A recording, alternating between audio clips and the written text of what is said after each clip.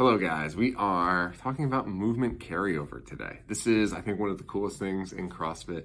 And if you've been with us more than probably 6 months or so, you have certainly experienced this, where there's a movement in the workout that hasn't been programmed for a couple weeks. You walk in and then you're just magically better at it. So today we're going to explain why that happens. And then of course I have my own little agenda here. So we'll get to that in a second.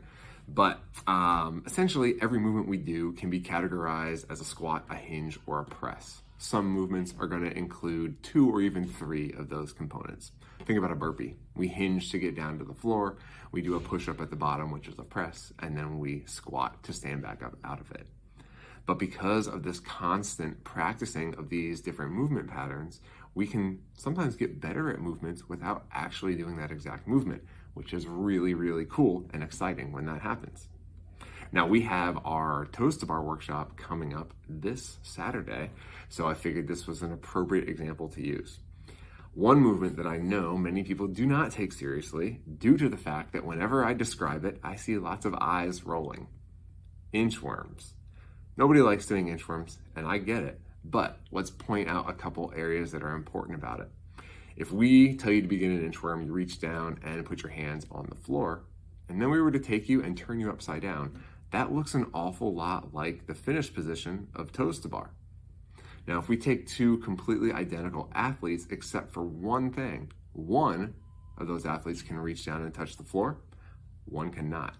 Which one of those do we expect to be better at Toes to Bar? It's probably the one that doesn't have to work nearly as hard to get their feet up to the bar. So when we do inchworms, we get a chance to practice this end range of motion. And it's also why you are sick and tired of the coaches saying, keep your legs straight when you walk back in, push your hips up towards the ceiling when you walk back in, because we want to get you into these positions and get more practice. Now, bonus, with the inchworm, we also get to push our head between our arms, which is another essential component to the kipping part of Toes to Bar. Then, when we walk our hands out and we're descending into that plank position, we need to use a little bit of core control in order to do that effectively. Exactly the same thing that's going to be required once our toes hit the bar and we have to bring them back down and try to do another rep. These examples are everywhere in the gym. Another one that makes a lot of sense with Toes to Bar is doing the reach, roll, and lift, or even the banded shoulder stretch in your stretching at the end of workouts. Both of those are helping us train range of motion and strength when we press behind our head.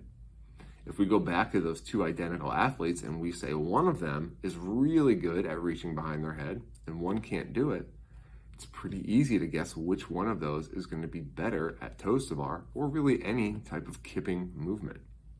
So I hope this demystifies a little bit why you can walk into the gym not having seen a movement for several weeks and just be better at it.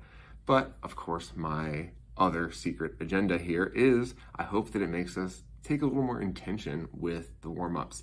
I hope it makes more people not skip the cool down at the end, because when done with intention, you can get a lot more out of it than just a warm-up or a cool down.